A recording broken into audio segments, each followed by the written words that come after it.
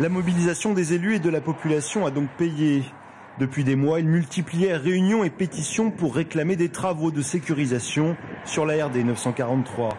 En ligne de mire notamment, la portion entre Loches et Cormery, l'une des plus accidentogènes. Les 3 scénarios d'aménagement proposés par le département sont arrivés hier sur le bureau des maires des communes concernées. Ils constituent une avancée concrète. Là, on passe à l'acte avec des aménagements, un budget et une consultation. Donc, effectivement, on est dans le bon sens. Un premier scénario prévoit la création de bas-côtés pour que les conducteurs puissent ajuster leur trajectoire en cas de danger. Aménagement similaire pour le deuxième scénario, mais cette fois complété par 2 créneaux de dépassement. Le troisième scénario, enfin, prévoit 4 créneaux de dépassement à hauteur de Chambourg-sur-Indre et Courcey. Il diminuerait la tentation des dépassements dangereux, cause de nombreux accidents.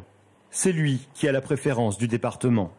Un peu plus de clarté dans la circulation, avec la possibilité d'avoir des zones de dépassement et de dire sur ces 1800 mètres, vous êtes derrière le camion, vous êtes derrière la voiture qui ne roule pas trop vite pour vous, mais en tout cas elle respecte les limitations de vitesse et vous la doublez pas parce que vous aurez dans 1800 mètres et bien une zone de dépassement sur 1000-2000 mètres qui vous permettra de le doubler en toute sécurité. Pourtant, le coût de ce dernier scénario est le plus élevé, 17 millions d'euros avec l'aménagement de 7 carrefours. Mais l'obstacle du financement semble levé. On a inscrit en autorisation de programme 17 millions d'euros. Donc on n'est pas dans l'imaginaire, on est dans le concret.